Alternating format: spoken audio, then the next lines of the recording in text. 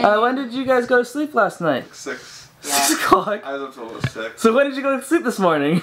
Joel showed up to work at 9, and we were all out for the count. And he sat on the couch, like, playing with his phone for hours. Yeah, he was not bored. No. He had things to do. Oh, you should show off your new phone. I got this. What?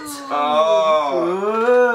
A Google phone? Yeah. Is this whole house running Google? It is now. It is now. Whole house runs Google now. Except for Leah. Except for Leah. Joel had the iPhone. Leah's still got the iPhone, and we're gonna make. Sean's got the iPhone. Sean's got an iPhone. She doesn't count. So what are you doing, Sam? Well, seeing as we finished shooting last night, I thought we could just. Oh! Oh! Yes. Oh! Oh! It's all gone! Yay! Yay! You missed the spot. Oh. You know that goat that yells like a human? It's like. "Ah! Ah!" That's how excited I am. Boom! It's gone. All I see is blank space. That feels good, doesn't Oh, it? just now we have to edit it. Oh. It's only like There you go. 320 shots. There you go. Have fun. Whatever. Hello vlog and welcome to the last day before the apocalypse. Now it doesn't look like impending doom just yet, but maybe this is just the still before the storm. Right, Dawson? What do you think about the apocalypse? Is it gonna happen? Do you think today is our last full happy day?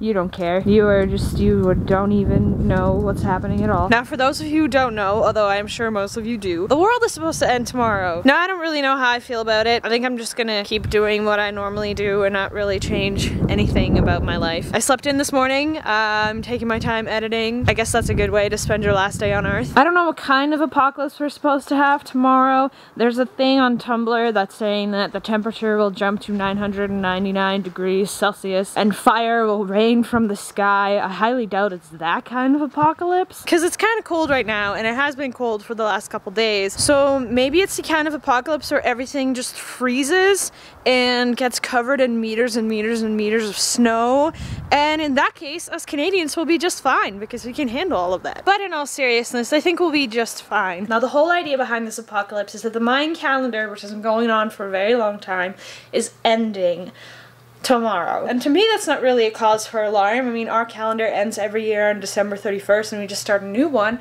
It's just that theirs went on for a very long time. Now Corrado and I actually went to Cancun, Mexico in 2009, so way before any of this ApprenticeEh stuff happened. And we actually went to Chichen Itza, which is one of the main ancient Mayan cities, the Mayan ruins. And this is one of the pictures that we took, so that's the back of Corrado's head and the Mayan temple. There's just the temple by itself. There's some ancient tic-tac-toe, and there's a photo of me in front of that same Mayan step pyramid. So while we were there, we actually had a guide telling us all the cool traditions about the Mayan culture, and one of those traditions is that when a Mayan calendar ends, it actually signals the building of a new pyramid around the old pyramid. And the pyramid at Chichen Itza is actually the third one of its kind, and it's built around the other two. So inside this pyramid there is actually 2 more pyramids, a little one, then another one built around that one, and then this one is built around this. So the idea is that if there was still Mayan people living at Chichen Itza, tomorrow would be the last day of their calendar, and the next day they would start building a new pyramid around this existing one. So for everyone who is still freaked out about the apocalypse, I can't really help you because obviously I don't know for sure,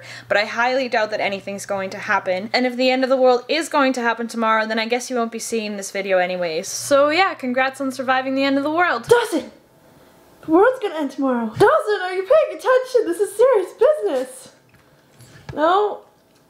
Okay. So it's the end of the world tomorrow, and I just realized that I haven't tried the Vegemite sandwich in a while, but we're out of margarine!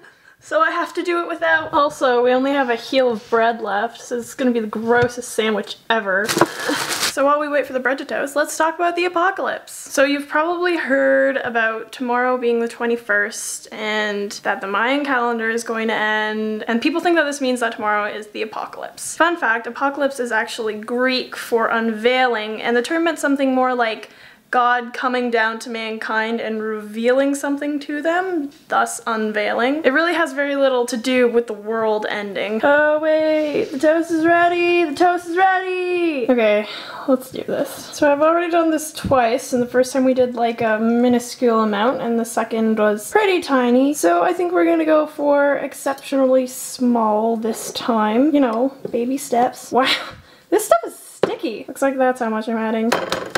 Alright, here's my very thin layer of Vegemite. Looks kind of like a really dark jam. I don't want to do this. Still gross.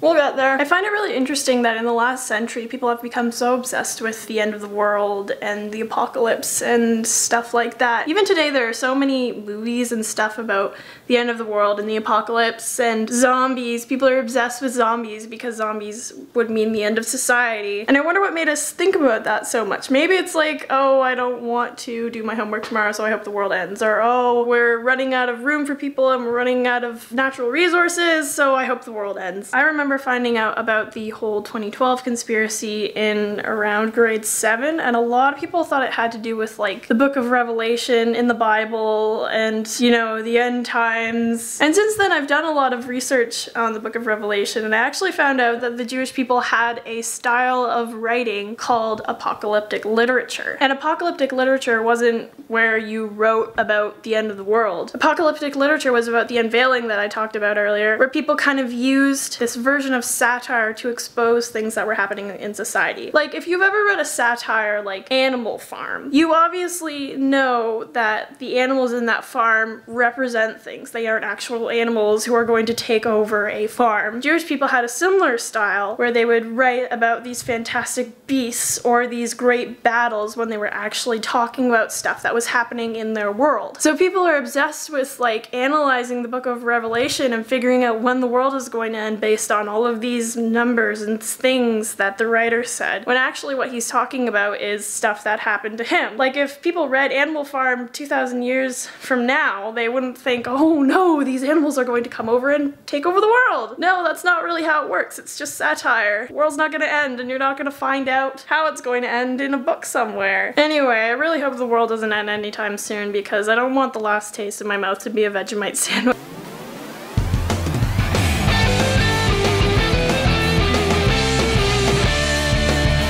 Daily vlogs, I want them in my subscription box. I wonder who might drop by, even though sometimes it's Canada outside. So don't go away, we're here every day. It's not ApprenticeA, it's ApprenticeEh. Hey, hey, hey, hey, hey. Home is where the vlog is.